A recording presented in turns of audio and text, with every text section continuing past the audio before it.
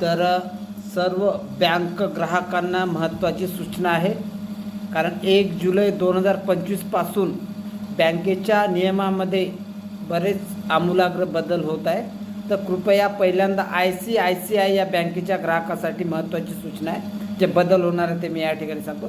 तर ICICI या बँकेचे जे ATM ग्राहक आहेत, त्या ATM ग्राहकांनी जर दुसऱ्या बँकाचे ATM वापरले तर प्रत्येक 3 मोफत व्यवहारानंतर, म्हणजे प्रत्येक पहिले जे 3 व्यवहार असतात मोफत, त्यानंतरच्या प्रत्येक व्यवहारावर 23 रुपये लागेल.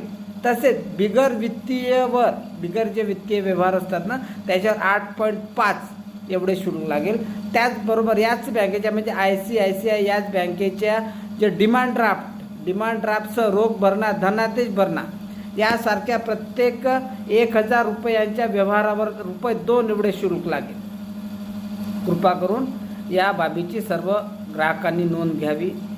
आणि याबरोबरच यानंतरच्या व्हिडिओमध्ये म्हणजे दुसऱ्या बँकेच्या किंवा यासोबतच जे बँकाच्या बाबतीत, वित्तीय बाबतीत जे काही बदल होत आहे ते मी सांगणार आहोत.